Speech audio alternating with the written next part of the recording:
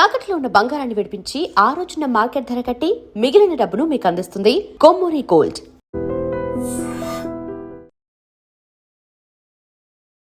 నమస్తే, welcome to I dream. మనకు తెలుసు కదా, విజయశాంతి రెడ్డి వాళ్ళ ఇద్దరు పిల్లలతోని కలిసి సూసైడ్ చేసుకుంది చెర్లపల్లి రైల్వే స్టేషన్.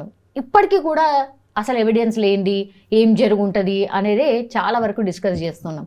అసలు ఏమైంది అంతు చిక్కట్లేదు. వరుసగా ఏదో ఒక అప్డేషన్ అందుతుంది కానీ దానికి ఒక క్లూ అసలు ఏం జరుగుంటుంది అని ఇంతవరకు తెలియట్లేదు. ఏం జరుగుంటుంది ఒకసారి మాట్లాడే ప్రయత్నం చేద్దాం. మనతో పాటు అరుణ గారు ఉన్నారు, సోషల్ యాక్టివిటీస్. మ్యామ్ నమస్తే. నమస్తే సోనియా. యా మ్యామ్, చూస్తున్నారు కదా, దగ్గర దగ్గర ఒక 1 వీక్ అయిపోయింది మ్యామ్. 1 వీక్ అయిపోయింది. విజయశాంతి రెడ్డి వాళ్ళ ఇద్దరి పిల్లలు, టీనేజ్ పిల్లలు, అసలు అంటే ట్రైన్కి ఎదురెళ్ళి చనిపోవడం, ఆత్మహత్య చేసుకోవడం, ఒక్క క్లూ కూడా దొరకకపోవడం. మ్యామ్ ఈ కేసులో ఏం జరుగుంటుంది అసలు? హృదయ విదారకం, చాలా ఘోరం. ఒక ఎడ్యుకేటెడ్ ఉమెన్, అవును, అండ్ ఎడ్యుకేషన్లో చక్కగా చదువుకుంటున్న పిల్లలు. సో ఏం జరుగుతుందనేది వారం రోజులుగా మీడియా అంతా, సోషల్ మీడియా, యూట్యూబ్ ఛానల్స్ అయితే రకరకాల కథనాలతోటి విషయాన్ని నడిపిస్తున్నాయి, వ్యూవర్షిప్ని కూడా పెంచుకుంటున్నాయి. అయితే వాట్ ఐ అండర్స్టాండ్, నాకు బేసిక్గా ఒక జెండర్ ఎక్స్పర్ట్గా, కుటుంబాలని దగ్గర నుంచి స్టడీ చేసిన వ్యక్తిగా, మానసికంగా ఆవిడకి ఎమోషనల్ హెల్ప్ లేదు అనిపించింది. ఓకే, ఎమోషనల్ హెల్ప్ అంటే నా కూతురు నాకు ఏదైనా జరిగింది కాలేజీలో అంటే పరిగెత్తుకుని వచ్చి నాకు చెప్పగలగాలి. అమ్మ నన్ను ఎవరు తిట్టారు, నేను ఎవరినో కొట్టాను, ఇలా జరిగింది అని ఆ ఏడుపంతా మన దగ్గర చెప్పగలగాలి. ఎమోషనల్గా సపోర్ట్. ఫిజికల్గా వెళ్ళి మేమేమి కొట్టాం, మనమేమి అది పోర్ చేసి అదంతా మీ దగ్గర కుమ్మరించుకోగలిగే సపోర్ట్ మనకి కుటుంబాల నుంచి ఉండాలి. ఆమెకి అలాంటి సపోర్ట్ ఏమీ లేదని అనిపిస్తుంది నాకు. ఆ ఇంట్లో వాళ్ళ అమ్మగారితో ఉంటారు. తర్వాత వాళ్ళ అమ్మగారు మాట్లాడే పద్ధతి చూస్తుంటే, ఆవిడ పద్ధతిని చూసే చెప్తున్నా, ఆవిడకి ఏవో ఆర్థిక లావాదేవీలు ఉండి దానిలో ఈవిడని వేధిస్తున్నట్టుగానో కనిపిస్తుంది నాకు. ఆవిడ 3 ప్రాణాలు గాల్లో కలిసిపోతే ఆవిడ షాక్లోనా ఉండాలి, లేదంటే అది యాక్సెప్ట్ చేస్తే బోరుమని ఏడవాలి. ఆవిడ అసలు 2 పరిస్థితుల్లో లేరు. మాట్లాడితే ఏం చెప్తున్నారంటే, ఆస్తులన్నీ ఆమె పేరు మీద పెడతాము, రియల్ ఎస్టేట్ మా అబ్బాయి, తను ఏం కొన్నా కానీ కలిసి వస్తుందని మా అమ్మాయి పేరు మీద పెడతాము, కనీసం ఇవన్నీ కూడా ఆలోచించకుండా చచ్చిపోయింది అంటుంది ఆవిడ. అంటే నీ ఆస్తులు అన్నీ తిరగేసి వీళ్ళ మీద పెట్టి చచ్చిపోవాల్సిందేమో ఆవిడ, అలా కనిపిస్తుందని. తర్వాత సొంత కారు తీసుకొని ఈవిడ వెళ్తుంటే, అదేంటి క్యాబ్ రాలేదా, నువ్వు కారు తీసుకెళ్తున్నావేంటి అంటే, లేదు నాకు వేరే మీటింగ్ ఉంది అని చెప్పిందట. చెప్తే అయ్యో డబ్బులు దండగా కదా, మన కారు ఎందుకు. మరి ఒక పక్కన మనం ఏం మాట్లాడుతున్నాం, వాళ్ళకి ఆర్థికంగా బాగుంది, హస్బెండ్ అక్కడెక్కడో బాగా సంపాదిస్తున్నాడు, ఈవిడ ఇక్కడ టీమ్ హెడ్ అని చెప్పుకుంటున్నాము, రియల్ ఎస్టేట్ చేసే బ్రదరు. ఒక రోజు కారు తీసుకెళ్తే దండగా అనడం ఏంటి? ఆవిడ అన్నానని ఆవిడ చెప్పేసింది అనుకో.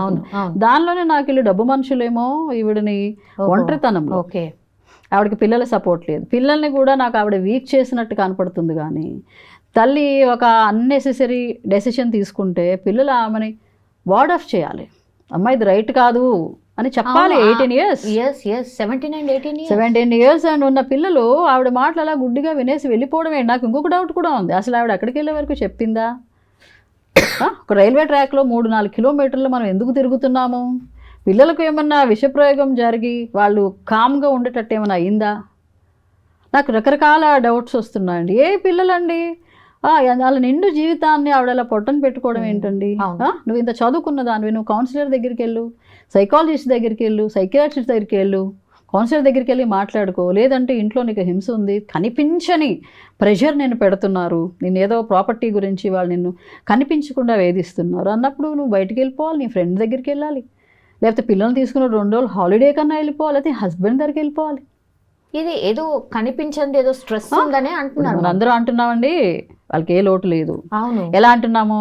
ఏ లోటు లేకపోవడం అంటే ఇండియన్ సొసైటీలో ఎట్లా అయిపోయిందంటే, డబ్బులు ఉండడము, కారు ఉండడము, పెద్ద ఇల్లు ఉండడము, బంగారం ఉండడము. ఇదా అండి మనుషులం అండి మనం? ఒక జంతువును కూడా మీరు ఇట్లా నిమ్మరండి, ఒక కుక్క పిల్లకి ఇంత అన్నం పెట్టండి, అది మిమ్మల్ని వదిలిపెట్టదు. మనం ప్రేమ కోసం పరితెప్పించే జీవులం. We are just not physical bodies, we are full of emotions. నీ ఎమోషన్స్ వెంట చేసుకునే పరిస్థితి లేదు. ఆ లెటర్లోనే నాకు బతకాలని లేదు, జీవితం ఇంట్రెస్ట్, జీవితం మంచిగా లేదు, సో నాకు బతకాలని లేదు అనడమే మనందరం చచ్చిపోయినంత. మానవ సమాజం మొత్తం చచ్చిపోయినట్టు లెక్క. నాకు బతకాలని లేదు, జీవితం నాకు నచ్చట్లేదు. That's what she had return. నాకు నచ్చట్లేదు. We all must ponder upon. నచ్చట్లేదంటే ఏం జరుగుతుంది? ఆడపిల్లకి మెడలో తాళి ఉంది, మెట్టెలు ఉన్నాయి, భర్త ఉన్నాడు, పిల్లలు ఉన్నారు. ఇదే బాగుండడానికి సూచనగా మారిపోతే ఆవిడ లోపలికి ఎవరు తెంగు చూస్తారు? అండ్ అండి, భార్యాభర్తలు అట్లా దూరంగా ఉండకూడదండి. పెళ్లి చేసుకునేదే మీ ఇద్దరు జీవితకాలం చిలకా గోరింకల్లాగా కలిసి బతకండి, పిల్లల్ని కనండి. ఎంత చక్కటి ఆశీర్వాదం ఉంటుందండి మనకి. పిల్ల పాపలతోటి వర్ధిల్లండి అని ఉంటుంది, డబ్బుతోటి కారులతోటి వర్ధిల్లండి అని ఉండదు. అవును, కానీ డబ్బు కూడా ఇంపార్టెంట్ కదా అన్న పాయింట్ ఇంపార్టెంట్ కదా, కానీ అది జీవితం కాకూడదు కదా. డబ్బు తినలేము, ఫైనలీ సంపాదించుకోవాలి. ఐ డూ అప్రిషియేట్ అండి, మన అందరం కూడా 10 ఏళ్ళలో 5 ఏళ్ళలో బయటికి వెళ్ళి ఇక్కడ కంటే అక్కడ సంపాదించుకుంటాం బెటర్ అన్నప్పుడు ఖచ్చితంగా మన పిల్లల బతుకు కోసమే వాళ్ళ జీవితం బాగుండాలని ఆలోచిస్తాం కాబట్టి ఖచ్చితంగా వెళ్ళుండొచ్చు. కానీ వాళ్ళు ఇంత వయసు వచ్చినాక మీరు హాస్టల్ వేసేస్తే సరిపోదే. మీ స్పర్శ లేకపోతే తనే మిస్ అయిందా మ్యామ్, లేదంటే వాళ్ళ పిల్లలు మిస్ అయ్యారా మదర్ని? ఇక్కడ కూడా నాకు డౌట్. మొత్తం అండి, ఆ భర్త దూరంగా ఉండడం తప్పండి, ఉండకూడదు అట్లా. మీకు అన్నీ బాగానే ఉన్నప్పుడు భార్య భర్తలు కలిసి ఉండాలి, పిల్లల్ని దగ్గర పెట్టుకోవాలి, పిల్లలకి మీ అండ ఉండాలి. పిల్లలు అదేంటమ్మా పిచ్చి ఆలోచన చేస్తున్నావమ్మా నువ్వు, నాట్ రైట్ అని చెప్పి తల్లిని నెట్టొచ్చు. లేకపోతే అబ్బాయి ఒక అలాం గట్టిగా కేకలేసి మా అమ్మగారు ఇట్లా అంటున్నారు, ఒకవేళ ఆవిడ చెప్పుంటే, అప్పుడు వరకు చెప్పుంటే అంటే ఆ నలుగురు వచ్చేవాళ్ళు కదా. ఇక్కడ మళ్ళీ రైల్వే పోలీసులా ఫెయిల్యూర్ తప్పనిసరిగా ఉంది. 3 గంటల పాటు ట్రాక్ అమ్మట ముగ్గురు తిరుగుతూ ఉంటే ఎవరికి పట్టలేదంటే ఎంత ఫెయిల్యూర్ అండి అది. మరి సీసీ కెమెరాలు ఎందుకు పెట్టుకున్నారు మీరు? ఇవాళ వస్తే రేపు చూస్తారా మీరు? అవి చూడరా? సీసీ కెమెరాల్లో ఏం జరుగుతుంది ఎక్కడ చూడరా? 3.5 కిలోమీటర్స్ నడిచారంట, ఎవరు పట్టించుకోకపోవడం.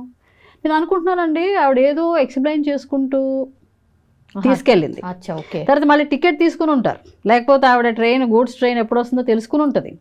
మరి ఇదంతా ఎందుకు అనుకున్నారు? ఒకవేళ చెప్పకపోతే కేవలం ఆ ట్రైన్ వచ్చే ముందర గబగబా పిల్లల్ని తీసుకెళ్ళి హగ్ చేసేసుకుని వాళ్ళకి ఆలోచించుకునే టైం ఇవ్వలేదా? నేనైతే తట్టుకోలేకపోతున్నానండి. పిల్లలకి చెప్పి ఆమె చావుకి ఎదురుగా తీసుకెళ్ళిందంటే చాలా కళ్ళలో నీళ్ళు వస్తున్నాయండి. పిల్లల జీవితాన్ని చంపే హక్కు మనకి లేదండి. పిల్లలు మన కడుపు నుంచి వస్తారు, కానీ మన సొత్తు కాదు వాళ్ళు.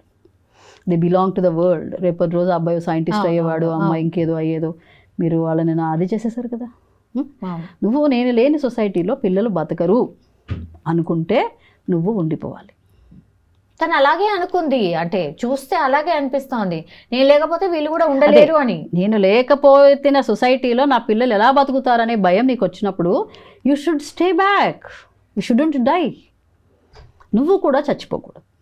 అంతేగాని ఎంతో వయసు ఎంతో ప్రపంచం చూసిన నువ్వు ఏ ప్రపంచమో చూడని పిల్లల్ని అలా తీసుకెళ్ళొచ్చా? ఎవరైనా తల్లులు తండ్రులు ఎవరికైనా అప్పచెప్పండి. మాతృదేవోభావ లాంటి సినిమా చూసినప్పుడు చావు అనివార్యమైనప్పుడు ఆవిడ అందరికీ అదొక కనువిప్పండి. ఆ సినిమా నేను ఎంత నేర్చుకుంటామంటే కొంతమందికి నువ్వు అప్పచెప్పైనా నీ పిల్లల్ని బతకనివ్వాలి. కానీ నేను ఇదే ఫైనల్గా ఇదే చెప్తున్నా, నేను లేని ప్రపంచంలో నా బిడ్డలు బతకలేరు అని నీకు అనిపించినప్పుడు నువ్వు కూడా చచ్చిపోకూడదు. యాజ్ పేరెంట్స్ అండి, we don't have even the right to die. You know, dying is ఏమో ఈజీ, నేను వెళ్ళిపోతాను కాదు. మీరిద్దరూ కలిసి భూమి మీదకి తెచ్చిన ప్రాణుల మంచి చెడ్డ చూస్తానికి నువ్వు చావులో కూడా డేక్కొని బతకాలి. నువ్వు చచ్చిపోవడానికి పేరెంట్స్కి హక్కు లేదండి. మీరిద్దరితోనే వచ్చారు ఆ పిల్లలు భూమి మీదకి, మీ ఇద్దరికి చచ్చే హక్కు లేదు. చావైనా కూడా ఎదిరించి బతికేసేయండి. That's what I tell. Yes ma'am, thank you Soumya. And for more videos, please subscribe to iDream. Please subscribe to iDream. Please subscribe iDream. And please subscribe to iDream. For more videos, subscribe to iDream. please like, share and subscribe to the channel. Congratulations, iDream. Subscribe to iDream. Subscribe to iDream. So subscribe to iDream Media. iDream ki iDream team andarki huge congratulations. Please subscribe iDream Media. Please subscribe to iDream. Subscribe iDream. Please subscribe to iDream. iDream అంటే నా కళల ఛానల్ను subscribe చేసుకున్న నోరు తిరుగుతలేదు, మీరైతే గంట గుర్తు కొట్టండి. For more such videos, please subscribe to iDream. Subscribe to iDream. Please subscribe to iDream. Please subscribe iDream Media. Please do subscribe to iDream. Please subscribe to iDream Media. For best entertainment and information, please subscribe iDream. And don't forget to subscribe to iDream.